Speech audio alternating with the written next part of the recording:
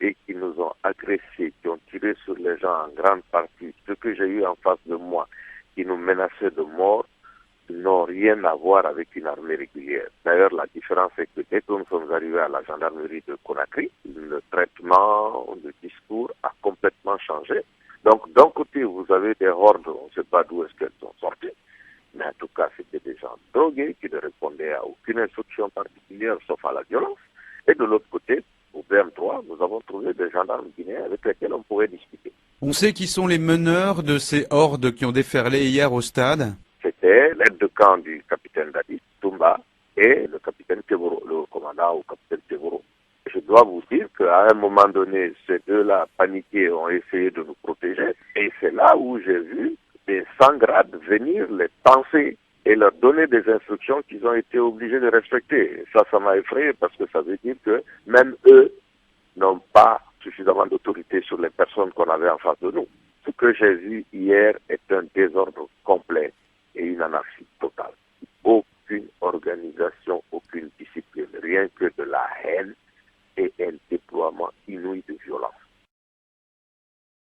Sidia Touré, bonjour. Bonjour. Ce n'est pas la première répression sanglante à Conakry, mais est-ce que celle de lundi n'a pas encore été plus terrible que les précédentes? À mon sens, elle a été plus terrible parce qu'elle n'avait pas de raison. Nous avons connu des répressions en 2007 ici. C'était des manifestations de rue.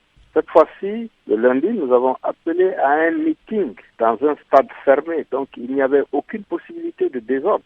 Ce qui s'est fait a été fait de manière délibérée avec une volonté de tuer.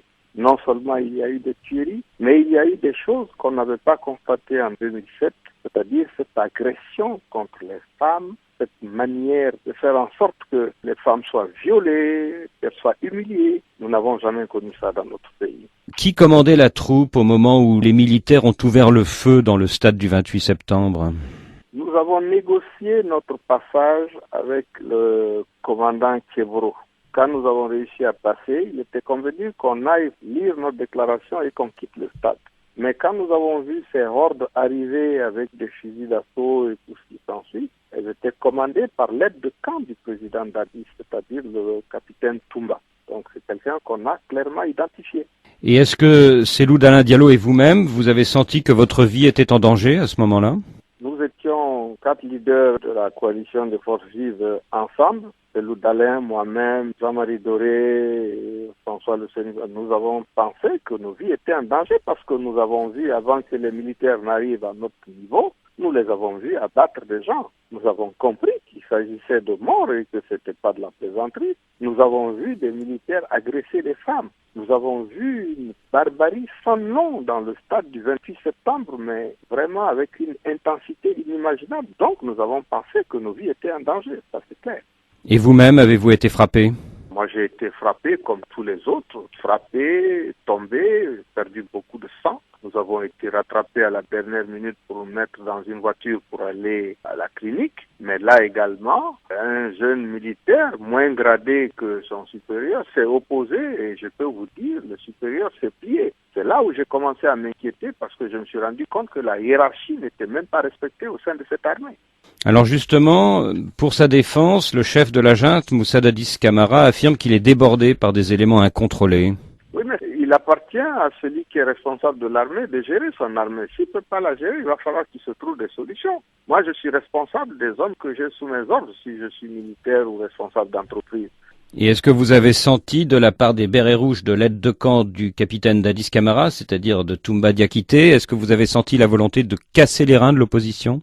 Mais absolument, pas seulement de l'opposition. On voulait réduire la population guinéenne au silence. Ces gens sont venus intimider, mais tuer également les gens pour bien leur faire comprendre qu'il n'était plus question de contester quoi que ce soit. C'est une volonté d'asseoir une dictature totale par la violence et l'intimidation.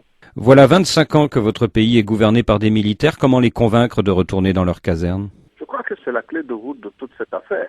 Et c'est justement par le fait que les Guinéens sont complètement désabusés et qu'ils savent pertinemment qu'ils ne peuvent rien tirer d'un tel régime qu'ils ne veulent pas recommencer. Ce qui fait que ceux qui veulent aujourd'hui s'imposer par la force des armes ne peuvent pas convaincre la population guinéenne de rallier cette opinion. C'est totalement impossible. À New York, l'opposant Alpha Condé affirme qu'il n'est plus question de faire des élections, mais de faire partir ce pouvoir criminel. Qu'en pensez-vous?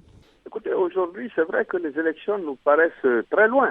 Nous avons aujourd'hui des difficultés à maintenir la population au calme parce que même hier encore, nous avons eu des morts dans les rues de Conakry. Donc nous sommes vraiment inquiets et je crois que la communauté internationale doit se mêler de cette affaire, notamment au niveau de la CEDEAO, pour qu'on puisse trouver des solutions idoines. Sinon, ce pays peut basculer d'un jour à l'autre dans une violence incontrôlée. Donc la priorité n'est plus le dialogue avec la junte, mais la pression de la sous-région sur la junte, c'est ça? Absolument, je crois qu'il faut mettre la pression dessus, parce que la Guinée qui sombre, c'est la Sierra Leone, le Libéria et la Côte d'Ivoire qui vont encore s'embraser. Et je crois que la communauté internationale a intérêt à s'intéresser au cas guinéen pour qu'on se sorte là. Nous avons connu des troupes des Nations Unies partout dans la sous-région. Si on veut éviter qu'on ait des cas comme ça en Guinée, c'est maintenant qu'il faut commencer à trouver les solutions ensemble. Avec éventuellement une force multinationale qui vienne vous aider en Guinée? J'ai entendu le président Ouad dire cela aux Nations Unies il y a 4 jours. Alors quand il disait cela, j'ai entendu des gens dire ici, mais pourquoi faire? Avec ce qui s'est passé lundi, j'ai compris qu'il n'avait pas tort. Et que cela est une possibilité qu'il faut clairement envisager si le président de la junte lui-même dit qu'il n'a pas le contrôle de son armée. Qu'est-ce que vous voulez que je vous dise? Hier, la France a suspendu sa coopération militaire avec la Guinée. Qu'en pensez-vous? Je pense que c'est un pas dans la bonne direction. Parce qu'il ne faut pas donner l'impression aux populations guinéennes que les militaires qui sont en train de massacrer les populations sont formés par une puissance amie. Donc il faut donner des signaux forts comme cela. Peut-être ça nous ramènera à une situation beaucoup plus raisonnable pour pouvoir discuter de l'avenir dans le pays. C'est un pas dans la bonne direction. Sidia Touré, merci.